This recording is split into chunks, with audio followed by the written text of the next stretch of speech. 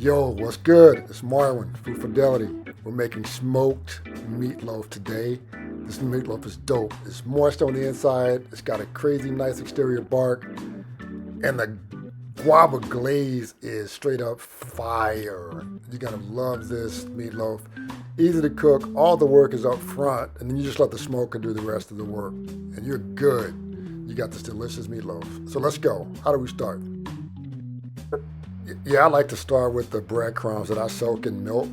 When you add the breadcrumbs to the meatloaf, it's what gives that moisture to the interior of your meatloaf. So don't skip this step.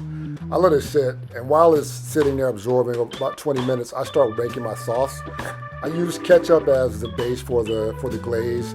Then I add a little bit of cider vinegar, some Worcestershire sauce, and you want to add some sweetness to it. So I got some brown sugar and my spices to kind of counter the sweetness, and then I got guava paste, which is what gives it like the signature unique flavor. I let that simmer for about 20 minutes or so, and really like once that's finished,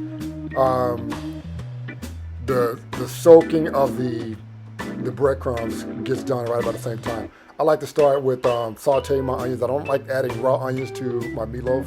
Lightly season with some of the spices and add those cooked onions back. Like I said, I like to saute them first. I got some green seasoning. If you got like salsa verde, that you can add to it. Just a lot of flavor there, plus a little more Worcestershire sauce and the soaked breadcrumbs.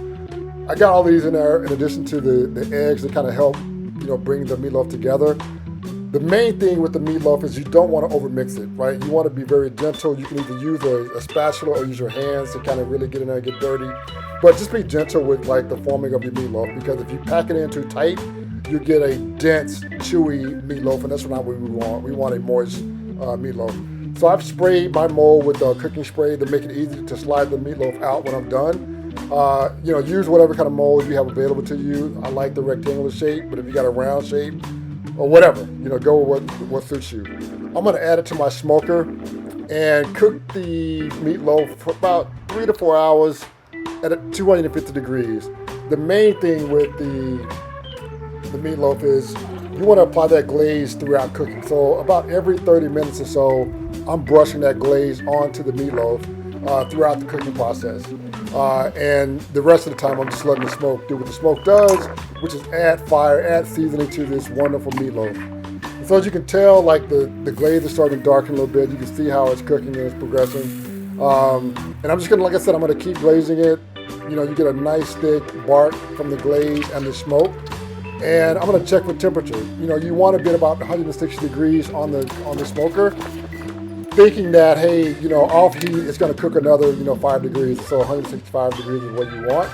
And then, my finishing touch, ain't nothing wrong with a little more glaze.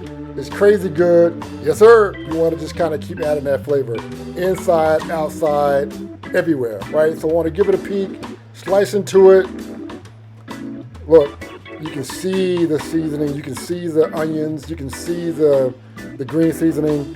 Give me a like, leave a comment, and hit that red subscribe button. Get recipes updated each week. Thanks. Peace out.